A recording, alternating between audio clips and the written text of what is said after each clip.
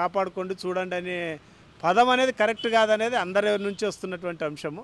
దీన్ని భవిష్యత్తులో ఎవరు మాట్లాడినా స్త్రీలకు సంబంధించి మంచి వస్త్రదానం వేసుకోవాలని దానికి సంబంధించి ఎవరు మాట్లాడినా కొంచెం జాగ్రత్తగా మాట్లాడితే బాగుండిండేది. ఇది కరెక్ట్ కాదనేది శివాజీ గారికి మేము ఈ సందర్భంగా తెలియజేస్తా ఉన్నాం. దాంతోపాటు అనసూయకు సంబంధించి ఆమెకి ఇది చాలా ఈ మధ్య సోషల్ మీడియాలో ట్రోల్ అవుతూ ఉంది. ఇద్దరు పిల్లలు ఉన్నారు, నీకు అవసరమా, మొగుడు ఉన్నాడు అవసరమా అని చెప్పి అనే దానికి సంబంధించి.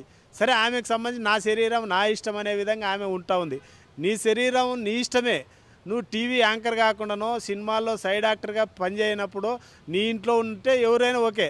నువ్వు ఒక సినిమా దాంట్లో పనిచేస్తూ ఒక యాంకరింగ్లో పనిచేసుకుంటూ నిన్ను అనుకరించే వాళ్ళు లేకుంటే నీ మాదిరి ఉండాలనుకునే వాళ్ళు కొంతమంది కింద సమాజంలో ఉంటారు.